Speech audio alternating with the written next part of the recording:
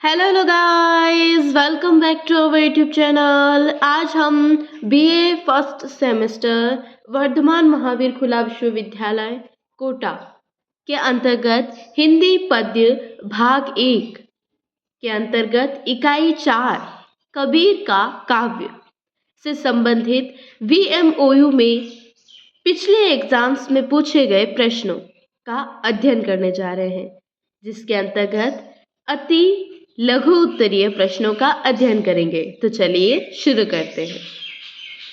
कबीर ने राम का स्वरूप किस प्रकार चित्रित किया है, अथवा कबीर के राम कौन थे, उनका स्वरूप कैसा था।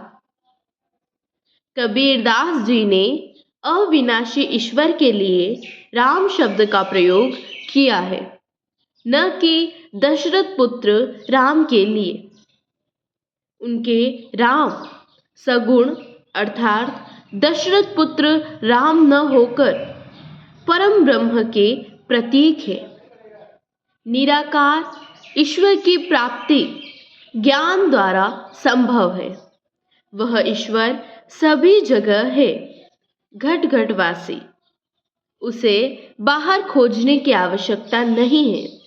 वह तो कस्तूरी मृग में बसे कस्तूरी की सुगंध की तरह स्वयं में ही है।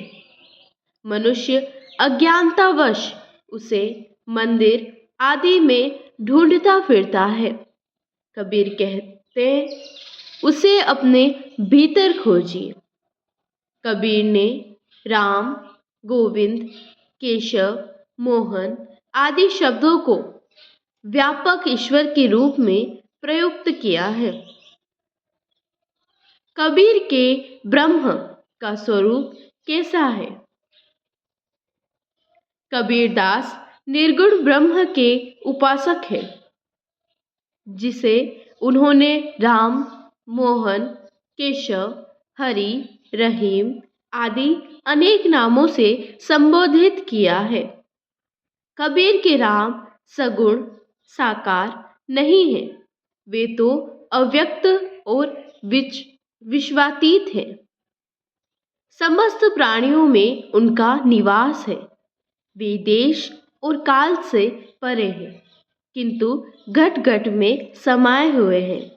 कबीर मानते हैं कि भक्ति, उपासना तथा साधना से भक्त परम ब्रह्म को प्राप्त कर उसमें विलीन होकर एकमेव हो जाता है।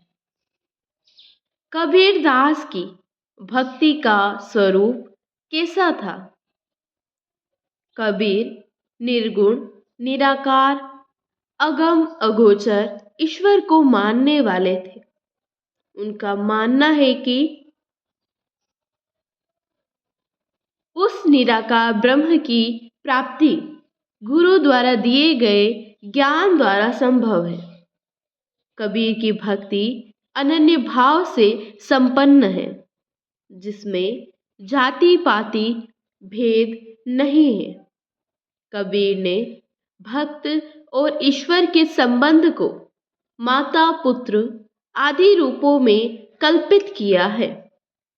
कबीर सहज भक्ति की बात करते हैं। सहज वह अवस्था है जिसमें मनुष्य सरलता से विषयों का त्याग कर सके। कबीर ने माया का स्वरूप कैसा माना है, अथवा कबीरदास ने माया का रूप कैसा माना है, अथवा कबीर ने माया के स्वरूप का किस प्रकार चित्रण किया है, बताइए। कबीर के अनुसार मनुष्य को राम से मिलाने में सबसे बड़ी बाधा माना गया है। कबीर ने माया को अविद्या कहा है, जो जीवों को मोहित करती है, सत्य और ज्ञान को ढक लेती है तथा मनुष्य के भीतर काम, वासना तथा तृष्णा को जन्म देती है। माया जीव को सम्मोहित करती है। माया मन को प्रभावित कर साधक को साधना से विचलित कर देती है। कबीर की प्रामाणिक रचना कौन सी मानी जाती है?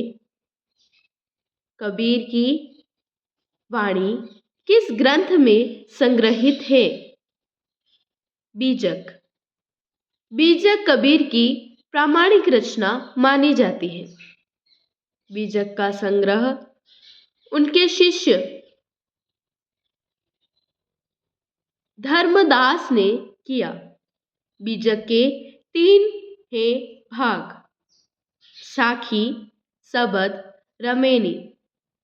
कबीर के ग्रंथों की संख्या 57 तक मानी गई है। साखी उपदेश व अध्यात्म की शिक्षा से संबंधित वर्णन। इसमें दोहे, छंद का प्रयोग किया है। सबद योग, साधना एवं भक्ति भाव संबंधित वर्णन। रमेनी दार्शनिक विचार संबंधित वर्णन।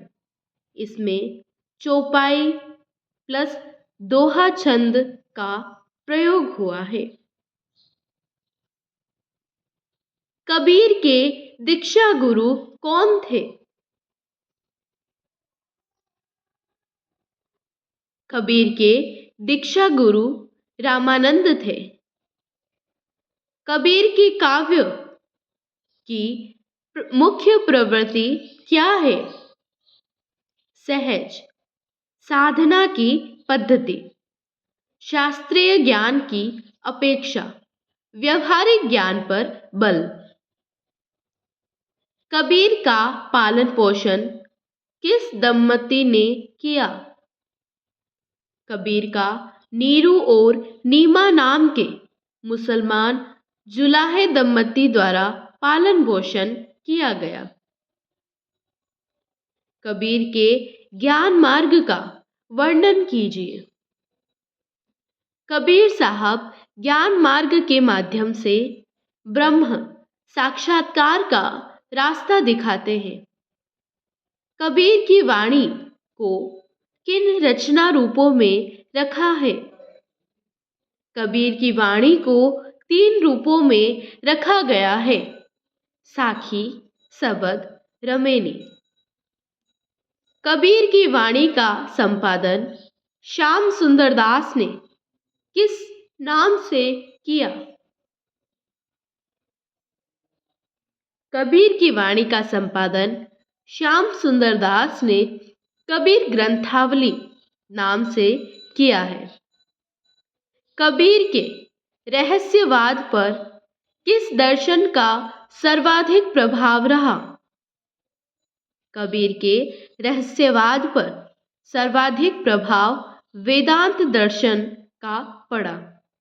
Thank you guys.